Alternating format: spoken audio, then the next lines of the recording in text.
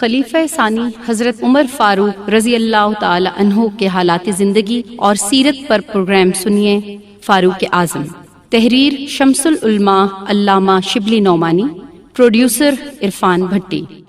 حضرت ابوبکر رضی اللہ تعالیٰ عنہ کو اگرچہ مدتوں کے تجربہ سے یقین ہو گیا تھا کہ خلافت کا بار گراں حضرت عمر رضی اللہ تعالیٰ عنہ کے سوا اور کسی سے اٹھ نہیں سکتا، تاہم وفات کے قریب انہوں نے رائے کا اندازہ کرنے کے لیے اکابر صحابہ سے مشورہ کیا۔ سب سے پہلے حضرت عبد الرحمن بن عوف کو بلا کر پوچھا۔ انہوں نے کہا کہ عمر رضی اللہ تعالیٰ عنہ کی قابلیت میں کیا کلام ہے، لیکن مزاج میں سختی ہے۔ حضرت ابوبکر رضی اللہ تعالیٰ عنہ نے فرمایا کہ ان کی سختی اس لیے تھی کہ میں نرم تھا، جب کام انہی پر آ پڑے گا تو وہ خود بخود نرم ہو جائیں گے۔ پھر حضرت عثمان رضی اللہ تعالیٰ عنہ کو بلا کر پوچھا۔ انہوں نے کہا کہ میں اس قدر کہہ سکتا ہوں کہ عمر کا باطن ظاہر سے اچھا ہے اور ہم لوگوں میں ان کا جواب نہیں۔ جب اس بات کے چرچے ہوئے کہ حضرت ابوبکر رضی اللہ تعالیٰ عنہ حضرت عمر رضی اللہ تعالیٰ عنہ کو خلیفہ کرنا چاہتے ہیں تو بعضوں کو تردد ہوا۔ چنانچہ طلحہ رضی اللہ تعالیٰ عنہ نے حضرت ابوبکر رضی اللہ تعالیٰ عنہ سے جا کر کہا کہ آپ کے موجود ہوتے ہوئے عمر رضی اللہ تعالیٰ عنہ کا ہم لوگوں کے ساتھ کیا برتاؤ تھا، اب وہ خود خلیفہ ہوں گے تو خدا جانے کیا کریں گے۔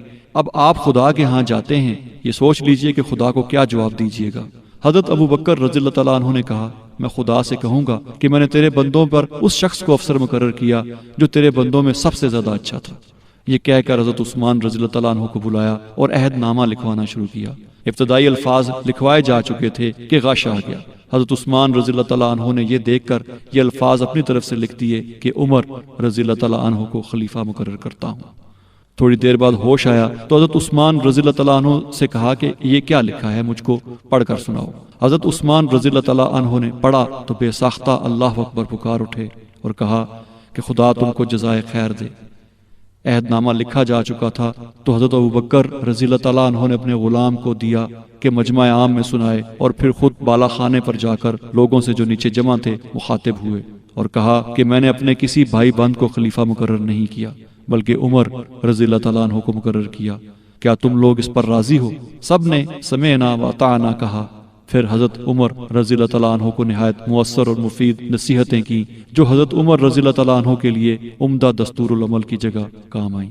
سامعین محترم، پروگرام کے اس حصے میں اب گفتگو کرتے ہیں حضرت عمر کی خلافت اور فتوحات کی۔ حضرت ابوبکر رضی اللہ تعالیٰ عنہ کے عہد میں مرتدین عرب اور مدعیان نبوت کا خاتمہ ہو کر فتوحات ملکی کا آغاز ہو چکا تھا۔ خلافت کے دوسرے ہی برس یعنی 12 ہجری میں عراق میں لشکر کشی ہوئی اور ہیرا کے تمام اضلاع فتح ہو گئے۔ 13 ہجری سن 633 عیسوی میں شام پر حملہ ہوا اور اسلامی فوجیں تمام اضلاع میں پھیل گئیں۔ ان مہمات کا ابھی آغاز ہی تھا کہ حضرت ابوبکر رضی اللہ تعالیٰ عنہ کا انتقال ہو گیا۔ حضرت عمر رضی اللہ تعالیٰ عنہ نے عنان خلافت اپنے ہاتھ میں لی تو سب سے ضروری کام انہی مہمات کا انجام دینا تھا۔ لیکن قبل اس کے کہ ہم ان واقعات کی تفصیل ذکر کریں، یہ بتانا ضروری ہے کہ اسلام سے پہلے عرب کے فارس و شام سے کیا تعلقات تھے۔ عرب کا نہایت قدیم خاندان جو عرب بائدہ کے نام سے مشہور ہے، اگرچہ اس کے حالات نامعلوم ہیں، تاہم اس قدر ہے کہ عاد اور عمالقہ نے عراق پر قبضہ کر لیا تھا۔ عرب اور عبا جو یمن کے فرما روا تھے، ان کی حکومت ایک زمانہ میں بہت زور پکڑ گئی تھی، یہاں تک کہ چند بار عراق پر قابض ہو گئے اور سلطنت فارس کے ساتھ ان کو ہمسری کا دعویٰ رہا۔ رفتہ رفتہ عرب خود حکومت فارس کے علاقے میں آباد ہونا شروع ہو گئے۔ بخت نصر نے جو بابل کا بادشاہ تھا اور بیت المقدس کی بربادی نے ان کے نام کو شہرت دے دی ہے، جب عرب پر حملہ کیا تو بہت سے قبیلے اس کے مطیع ہو گئے اور اس تعلق سے عراق میں جا کر آباد ہو گئے۔ رفتہ رفتہ معد بن عدنان کی بہت سی نسلیں ان مقامات میں آباد ہوتی گئیں، یہاں تک کہ ریاست کی بنیاد پڑ گئی۔ اور چونکہ اس زمانے میں سلطنت فارس میں طوائف الملوکی قائم ہو گئی تھی، عربوں نے مستقل حکومت قائم کر لی جس کا پہلا فرمانروا مالک بن فہم عدنانی تھا۔ اس خاندان میں جزیمت الابرش کی سلطنت نہایت وسیع ہوئی۔ اس کا بھانجا عمر بن عدی جو اس کے بعد تخت نشین ہوا، اس نے ہیرا کو دار السلطنت قرار دیا اور عراق کا بادشاہ کہلایا۔ اس دور میں اس قدر تمدن پیدا ہو گیا تھا کہ ہشام کلبی کا بیان ہے کہ میں نے عرب کے زیادہ تر حالات اور فارس و عرب کے تعلقات زیادہ تر انہی کتابوں سے معلوم کیے جو ہیرا میں اس زمانے میں تصنیف ہوئی تھی۔ اسی زمانے میں ارد شیر بن مالک نے طوائف الملوکی مٹا کر ایک وسیع سلطنت قائم کی اور عمر بن عدی کو باج گزار بنا لیا۔ عمر بن عدی کا خاندان اگرچہ مدت تک عراق میں فرمانروا رہا، لیکن در حقیقت وہ سلطنت فارس کا ایک صوبہ تھا۔ شاہ پور بن ارد شیر جو سلسلہ ساسانیہ کا دوسرا فرمانروا رہا تھا، اس کے عہد میں حجاز و یمن دونوں باج گزار ہو گئے اور عمرا القیس کندی ان صوبوں کا گورنر مقرر ہوا۔ تاہم مطیع ہو کر رہنا عرب کی فطرت کے خلاف تھا، اس لیے جب کبھی موقع ملتا تھا تو بغاوت برپا ہو جاتی تھی۔ چنانچہ شاہ پور ذی الاکتاف جب صغرسنی میں فارس کے تخت پر بیٹھا تو تمام عرب میں بغاوت پھیل گئی، یہاں تک کہ قبیلہ عبد القیس نے خود فارس پر حملہ کر دیا اور ایاد نے عراق کے صوبے دبا لیے۔ شاہ پور بڑا ہو کر بڑے عزم و استقلال کا بادشاہ ہوا اور عرب کی بغاوت کا انتقام لینا چاہا۔ ہجر میں پہنچ کر نہایت خون ریزی کی اور قبیلہ عبد القیس کو برباد کرتا ہوا مدینہ منورہ تک پہنچ گیا۔ رؤسائے عرب جو گرفتار ہو کر اس کے سامنے آتے تھے ان کے شانے اکھڑوا ڈالتا تھا۔ چنانچہ اسی وجہ سے عرب میں وہ ذو الاکتاف کے لقب سے مشہور ہے۔ سلاطین ہیرا میں نعمان بن منذر نے جو کسریٰ پرویز کے زمانہ میں تھا عیسوی مذہب قبول کر لیا، اور اس تبدیلی مذہب پر یا کسی اور سبب سے پرویز نے اس کو قید کر دیا اور قید ہی میں اس نے وفات پائی۔ نعمان نے اپنے ہتھیار وغیرہ ہانی کے پاس امانت رکھوا دیے جو قبیلہ بکر کا سردار تھا۔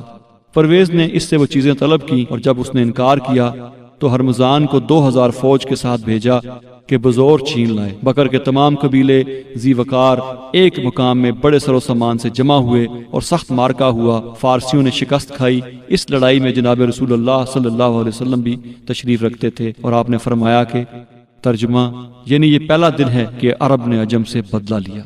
عرب کے تمام شعراء نے اس واقعہ پر بڑے فخر اور جوش کے ساتھ قصیدے اور اشعار لکھے۔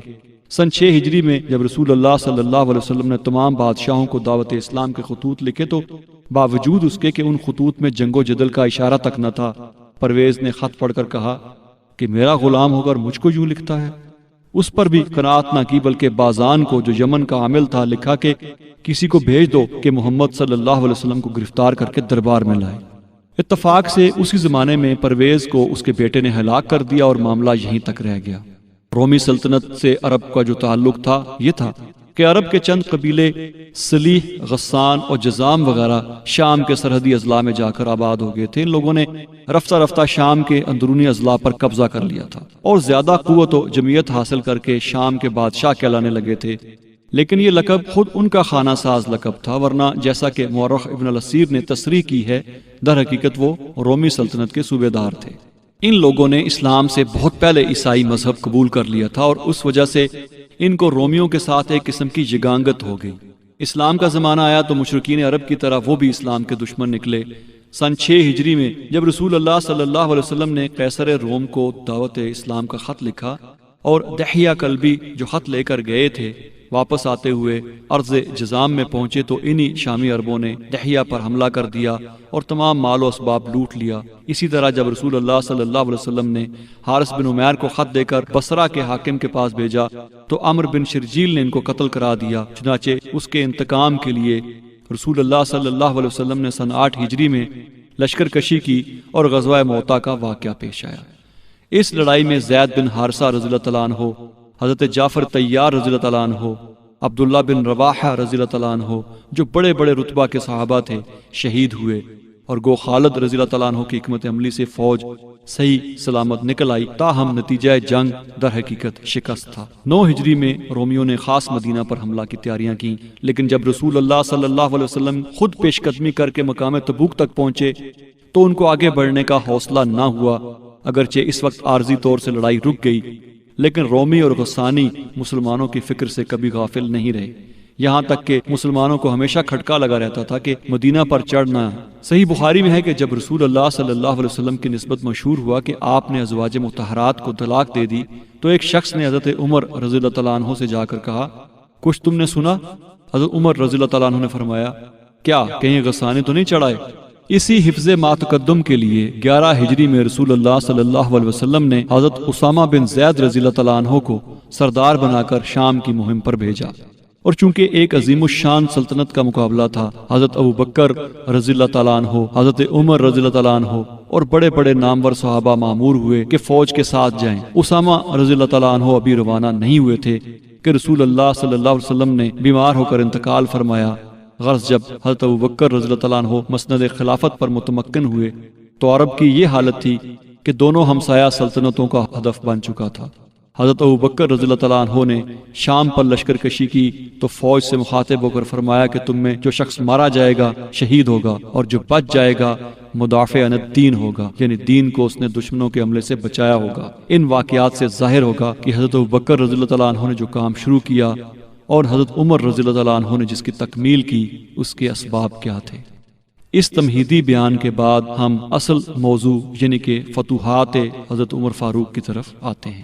علامہ شبلی نعمانی کی معرکۃ الآراء تصنیف الفاروق پر مبنی پروگرام آپ سن رہے تھے۔ فاروق اعظم، ریکارڈنگ انجینئر واجد محمود، آواز تحقیق و پروڈیوسر عرفان بھٹی، پیشکش رفا انسٹیٹیوٹ آف میڈیا سائنسز۔